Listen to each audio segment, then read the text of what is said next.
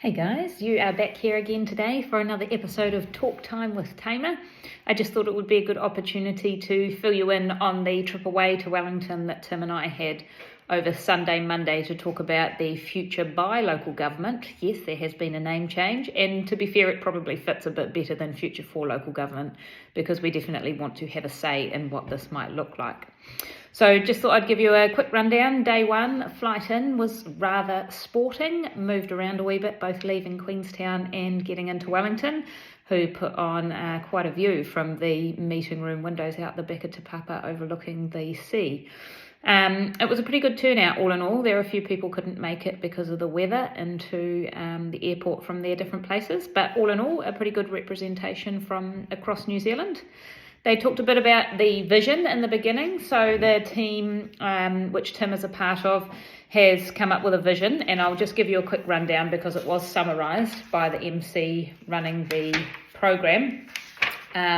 And I can send out the full wording. It has been reworked a little bit based on the feedback from the day.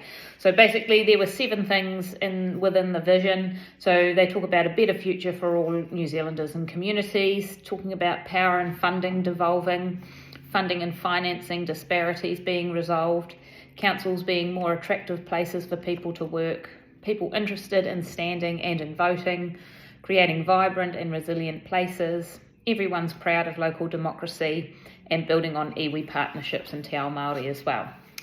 So the vision went up and you'd think that would be straightforward, and it really wasn't. There was a lot of discussion around that, around whether people could or couldn't get behind a vision that started out looking like that. Some of it was with certain aspects, some of it was the fact that it wasn't one sentence, and people think that a vision should be one sentence. Some of it was that it shouldn't be called a vision, it should be called guiding principles. So that was one of the things we were working on over the next couple of days.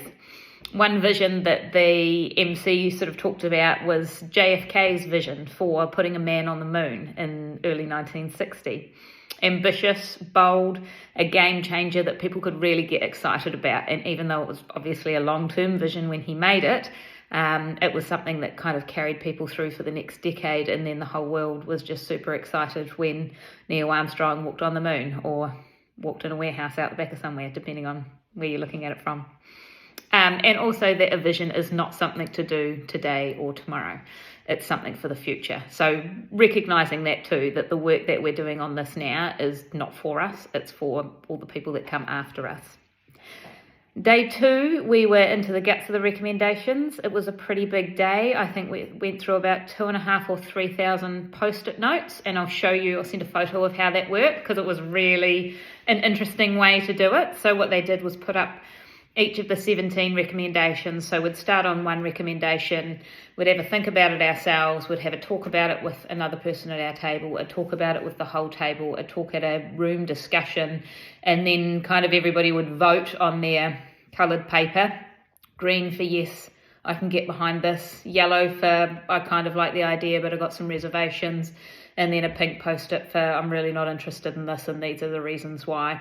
So these were all collated and they're going to all be fed back to the group that Tim is on that's organising kind of where to from here, and those recommendations might be moved, tweaked, altered. It was just to give a bit of an idea of where we might be able to gain some consensus across New Zealand to have things, this is what we're going to look at, this is the stuff that's just going in the too hard basket for now. It was really interesting. Some of them were very contentious. I'm sure you know which ones were the contentious ones, but also some of the ones that you thought weren't going to be very contentious were. And then there were some that was almost entirely green with a few yellows and one pink. So there is definitely stuff that a lot of councils feel like, hey, we can probably get on board with this, at least in some way, shape or form, and some things that people were pretty adamant that wasn't applicable to them, and especially pointing out that one size doesn't fit all, which we've heard quite a few times and is completely accurate. There's so much different aspects of things that are challenging for our communities. So it definitely felt like the panel did take that on board, and the LGNZ are recognising that lots of what they do will have to be fluid or malleable or, you know, not so rigid and set in stone as we've seen with some things in the past.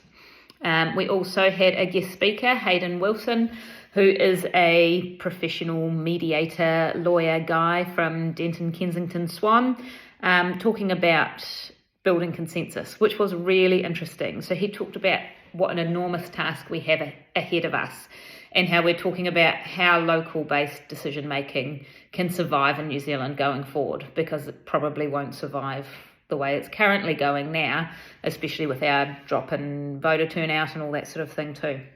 Talked about compromise, easy to say, hard to do, and how we might work through some of those next steps in compromising, building consensus.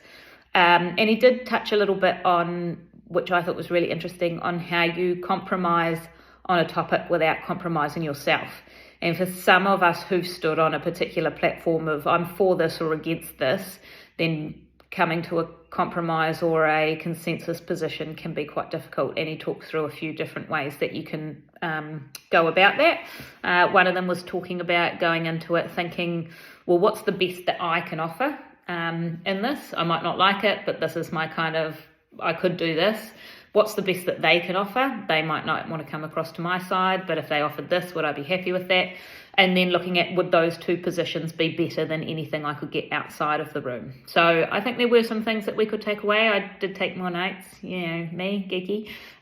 So I'm happy to share anything else or have a chat if anybody wants to hear anything more.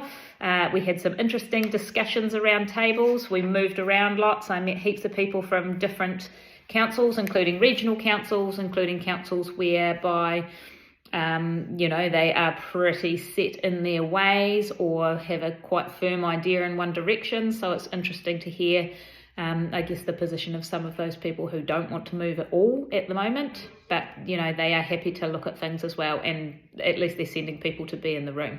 So yeah, happy to fill in anyone that wants to hear a bit more about it, and I will send this through to the staff working group that's been looking at this future by local government stuff as well, and I look forward to seeing you all soon.